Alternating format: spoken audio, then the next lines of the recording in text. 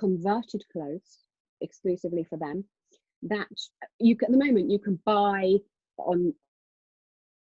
You can buy the clothes that you rent on My Wardrobe, so you have an option to buy something if you rent it and you love it. I feel with my collection that I don't really want anyone to buy it, because if they buy it, the chances are it's then going to go and sit in their cupboard again. So only rental. And then I probably, from my history that I talked about, with my relationship with my body, I just still can't believe that designers don't cater for women over a size 12. And so what I've decided, I've teamed up with a company who are going to be producing patterns of everything I make. So you will be able to click to rent, and if it doesn't fit you, you can click to download a pattern of that garment in anything from a size 6 through to a 20. And they actually do 24, which I just think is incredible.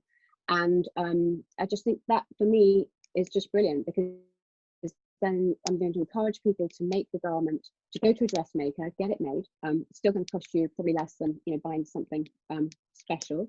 Make it out of clothing that you already have, or go to charity shop. You just need to, that will give you quantities and how much you need and the type of fabric consistency that you're going to need for that particular garment, and then go and get it made up. And the great thing about conversions is that very often, you already have shoulders in place, you already have front and the back to a garment, so it's just a question of tweaking it rather than remaking the whole thing from scratch, which does make it a lot more economic as well.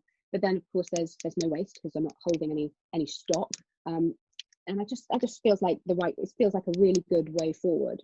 And also I think I'm in an advantageous position where my designs are my intellectual property, and I've tweaked what I had, but it's still original. And I have no interest in holding on to my designs. I want to share them, because I want to get clothes worn. I want people, if it's another way of getting people wearing the clothes in the back of their wardrobes, bring it on, have what you want. Awesome.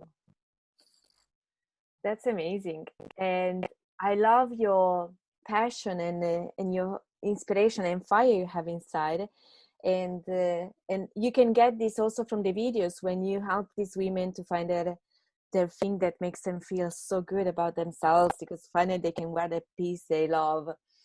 And also I was very surprised when you said I can be creative as well. So everybody can be creative.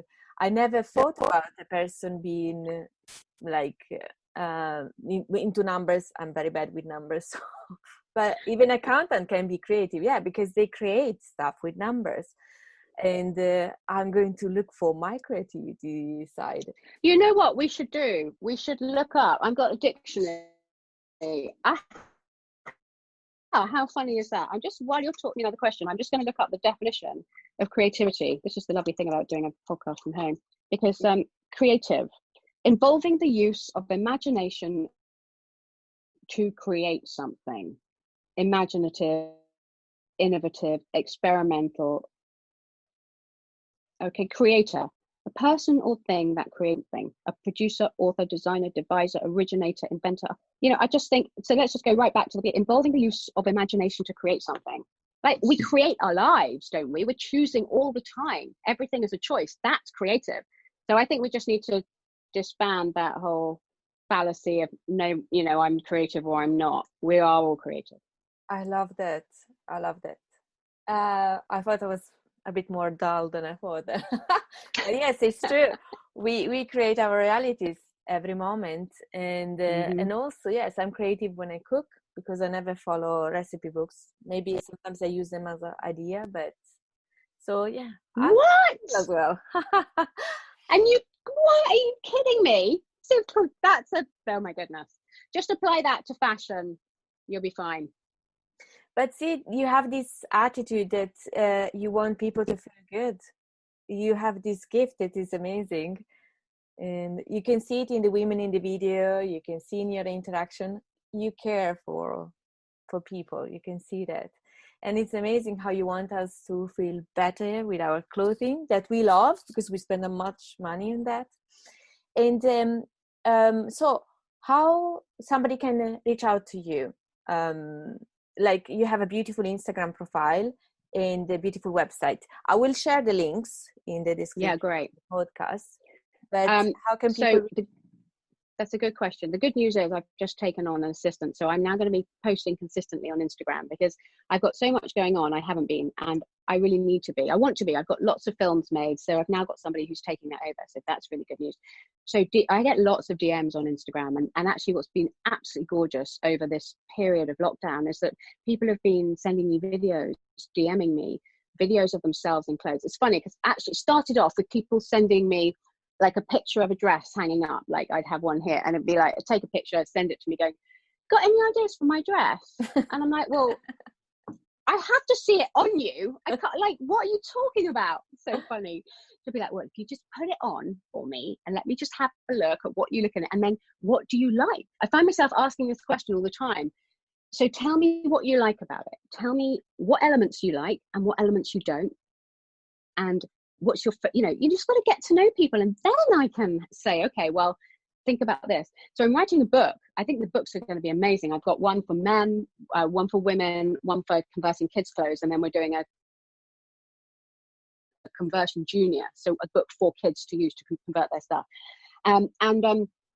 That's really exciting for me because it's giving people maybe like you who don't feel creative but actually are like it's like a recipe book for beginners, and it enables you to design and redesign clothes in a way that you get to sort of see them before you take them and get them made, which is really important. I draw I draw it out really before I convert it, because I can't, if every designer will say the same thing, they all have to draw it out. It's in their heads, but until they actually can visualize it, even in drawing form, you can't tell whether you really like it, and you don't want to go to the expense of making it up and then it not being good. So I don't want people to do that. I would like to show them how easy it is to get to a point where, and there's an app that goes with it, so you can do it through an app and you can drag the lines to just change a garment.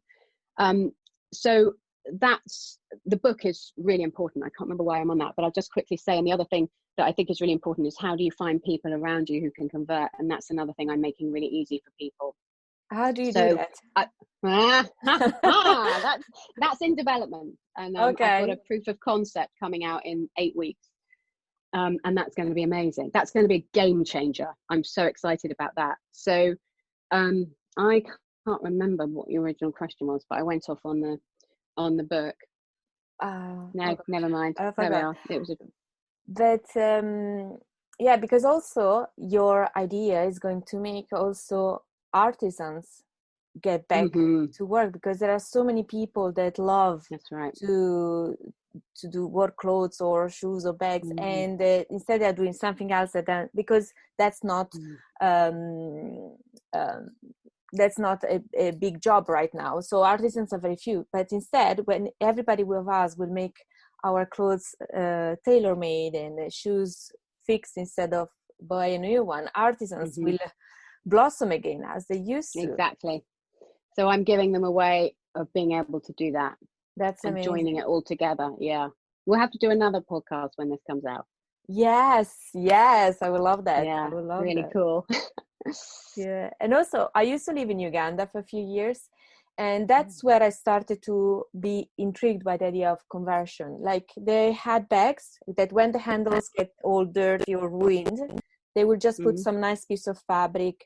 They will patch clothes like a pair of jeans with nice, they are very creative because that's what they do. They have to be. Yes, because they use the resources they have. But I think we have lost a bit of that. We buying stuff already made. It's a bit lazy, but it's easier. However, it's super lazy. But that's, you're right. I mean, it's the issue is the issue of what comes first. Consumption drives supply. It's just like this great big. It's going to be. I think we have to kind of brace ourselves for a little bit of. When change happens, it's a bit unfamiliar, and I suspect that the industry is going to wobble a bit because of embracing a new way of doing things. But that's healthy. I really feel that that's how we move forward and we develop new ways of being. Just support the people who to find other ways, like more sustainable ways of doing what they're doing, because there is always a more sustainable way of doing what you're doing. It's just, or just really believe that. But I think that that's part of it, laziness. So, but again, like I was saying, we can't tell people to not do it. Like, I'm sorry, No, it needs to be something that I think blossom with time. like Westwood's message is, it's great, but well, I want that dress. I'm gonna buy it. I do that. If I do that, I'm sure other people are doing that too. But then again, we don't need to be one of us to do the things perfect. We need a million of us doing things imperfectly. So it's not that we need to go all now, no more buying clothes. Just buy less and buy something 100%. That you're going to wear at least 40 times instead of 5. And also I've noticed that the industry of fashion is like to push you to buy stuff that doesn't even suit you. It is like there is no guidance or say this looks good on this kind of body shape, this doesn't. So it's like as long as you buy and then you arrive home, it's like I don't actually look that good with this, and then you stop wearing it. But there is no guidance because I think they don't want you but to it's buy not in their interest. Yeah, of exactly. Course. It's exactly. But yeah, today's talk is not about do not buy anymore from evil comment. Just buy less and convert your clothes you already have.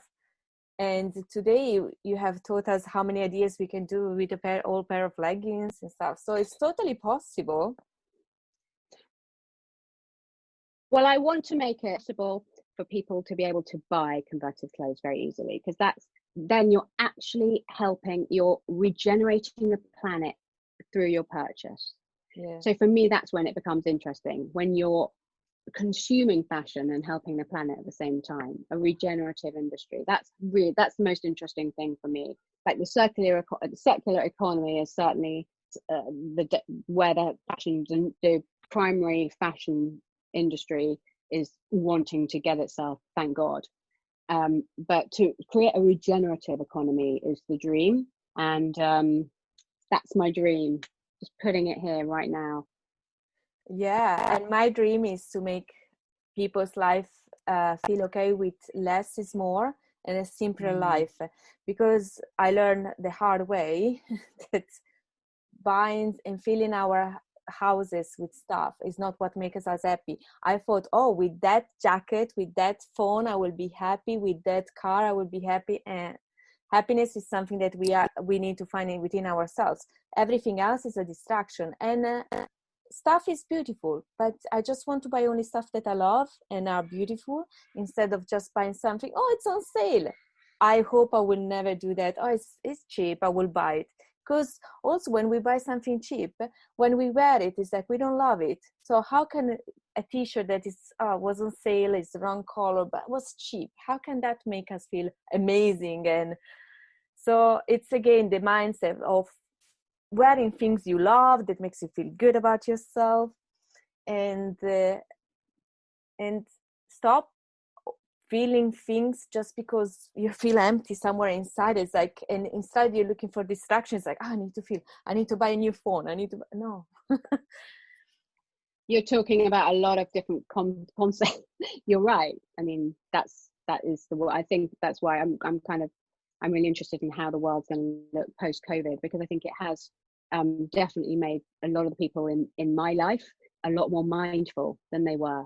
And I think that's the key. It's just really just taking the time to observe what you've got. And I think so much of the time we're just not in the moment. We're there, and we're thinking that beyond there is where we want to get, because then we'll be happy. But of course, all the great philosophers and great thinkers have said there is no destination. It's all about the journey. So we're on the journey here, and we're having a good time. Come on the journey, whoever's listening. And contact me. Just email. I think email's on Instagram, but I will be making it much easier to get hold of me. But I love hearing from people, and I'm always interested in helping where I can. If anyone gets stuck with something they want converting, I love looking at stuff like that. Yeah. And as you mentioned about COVID, one theory